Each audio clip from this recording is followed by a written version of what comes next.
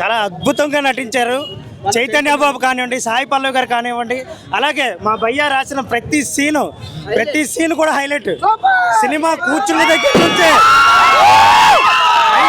ప్రతి scene highlight.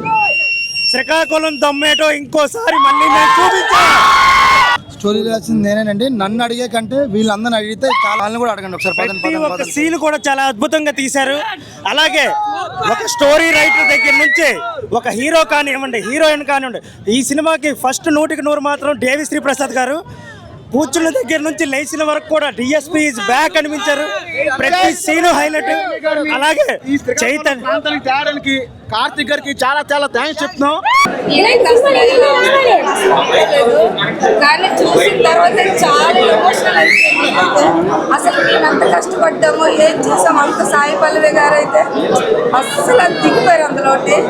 చాలా బాగా చాలా చాలా ముఖ్యంగా మెయిన్ జనసపల్స్లో కార్తీక్ అన్నయ్య గారికి శ్రీకాకుళం నుంచి ఒక శ్రీకాకుళం స్టోరీ, ఇక్కడ నుంచి స్టోరీ అక్కడ పట్టుకెళ్ళి అంత సక్సెస్ అయ్యి ఒక పేరున్న గీతాడ్స్ అంటే ఒక ప్రొడ్యూసర్, పేరున్న ప్రొడ్యూసర్తో ఇది ఒప్పించేసి ఇంతవరకు ఈ మూవీ ఇంతవరకు వచ్చిందంటే చాలా అంత కార్తీక్ చంద్రమోహన్ గారు మా హీరోని సెలెక్ట్ చేసినందుకు మేము చాలా గర్వంగా భావిస్తున్నాం.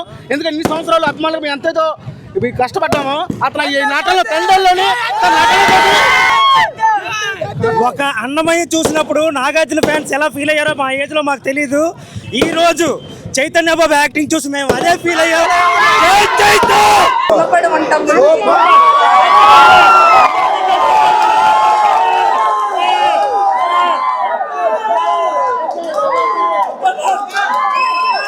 మార్చారు. చెప్పారు కాల్ ఎగరేయమని. ఇదో ఫ్యాన్స్ అందరూ కాల్ ఎగరేస్తున్నాం. పేర్లు మేము చెప్పంగానే ప్రతి పార్టీ నుండి కూడా మాకు సపోర్ట్ చేశారండి. ప్రతి పెద్దలు, ప్రతి రాజకీయ నాయకులు, సీఎం నుంచి ఎమ్మెల్యే వరకు ప్రతి సపోర్ట్ ఉందండి మాకు. సపోర్ట్ తర్వాత భార్య వీళ్ళ కష్టాలు, ఫ్యామిలీ కూడా వీళ్ళకి పడే బాధలు, కష్టాలు కూడా మాకు ఫలితం దక్కిందండి. తర్వాత మెయిన్ నాకు సైతం కృతజ్ఞతలండి. ఒక ప్రీ రిలీజ్ ఫంక్షన్లో మత్స్యకారుకులు వేదికపైకి రావాలని చాలా బాగా తీశారండి. ఆయన మరవలేనామండి.